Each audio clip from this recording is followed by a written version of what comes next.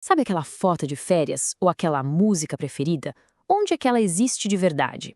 E não tô falando de um conceito abstrato como a nuvem. Tô falando do lugar físico, real, de metal e eletricidade. A resposta, olha, é bem mais fascinante do que se imagina. Vamos mergulhar nesse mistério. Por muito, muito tempo, tudo começava exatamente aqui. Isso é um disco rígido magnético. E é nesse ponto que a mágica acontece, onde o que é abstrato, os seus dados, se torna algo físico de verdade. É como se cada pedacinho de informação, cada pixel de uma foto virasse um ponto magnético minúsculo, quase uma dança sobre uma superfície que gira numa velocidade alucinante. E para a gente entender essa dança, a gente precisa olhar por dentro. Vamos abrir essa caixa preta e explorar a anatomia dessa peça de engenharia que é sinceramente incrível. E aqui está o coração da máquina, o prato. Pensa nele como se fosse uma tela, perfeitamente lisa, coberta por uma camada magnética fininha, só esperando para ser pintada com os dados. E claro, para ter mais espaço, os engenheiros simplesmente empilham vários desses discos um em cima do outro. Tá, mas como organizar essa imensidão de dados para não virar uma bagunça total? A genialidade está aqui, nas trilhas. É isso mesmo. É como se fossem as faixas de um disco de vinil antigo, só que aqui a gente está falando de milhares delas, invisíveis a olho nu. Cada trilha é um caminho circular para os dados. E se a gente desse um zoom muito, mas muito poderoso numa dessas trilhas? A gente encontraria os setores. Eles são tipo os endereços exatos dos dados no disco. Quando o sistema operacional precisa de um arquivo, ele não pede pelo nome do arquivo, não. Ele pede por uma sequência específica desses setores. É organização pura em nanoescala. E aqui a gente chega no grande drama dessa história. Todas essas peças, os pratos girando, os braços se movendo, tudo isso é mecânico. E no mundo dos computadores, mecânico é quase um sinônimo de lento. Acessar os dados vira uma corrida desesperada contra as leis da física. E olha, nessa corrida, a gente tem dois grandes vilões. O primeiro é o tempo de busca, que é o tempo que o braço leva para se mover fisicamente até a trilha certa. O segundo é a latência rotacional, porque depois que ele chega na trilha, ainda precisa esperar o disco girar até o setor exato passar bem embaixo do cabeçote. É uma dupla que, nossa, testa a paciência. Agora, pensa só na situação. O computador precisa de um pedaço de dado aqui, outro lado e um terceiro bem no meio. Como é que se evita que o braço mecânico fique pulando de um lado para o outro como um louco, perdendo um tempo precioso? Tinha que existir um jeito mais inteligente de fazer isso. Bom, a abordagem mais óbvia seria atender cada pedido na ordem em que ele chega, certo? O resultado? O caos absoluto, como dá para ver aqui.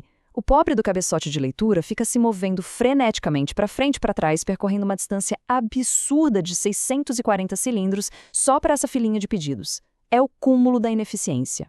Felizmente, os engenheiros criaram uma solução brilhante, inspirada numa coisa do nosso dia a dia, o algoritmo do elevador.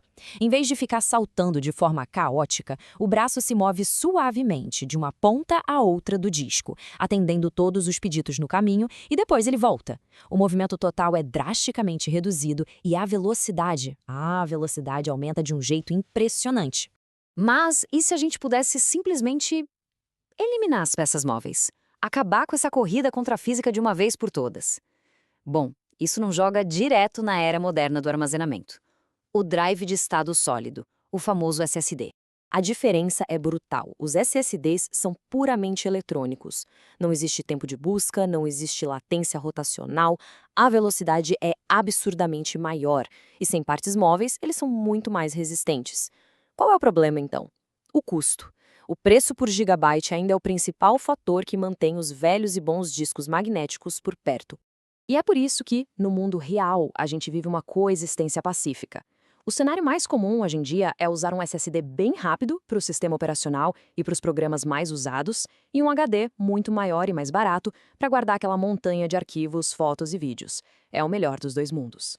Ok, a gente falou de velocidade, mas agora vamos aumentar a aposta.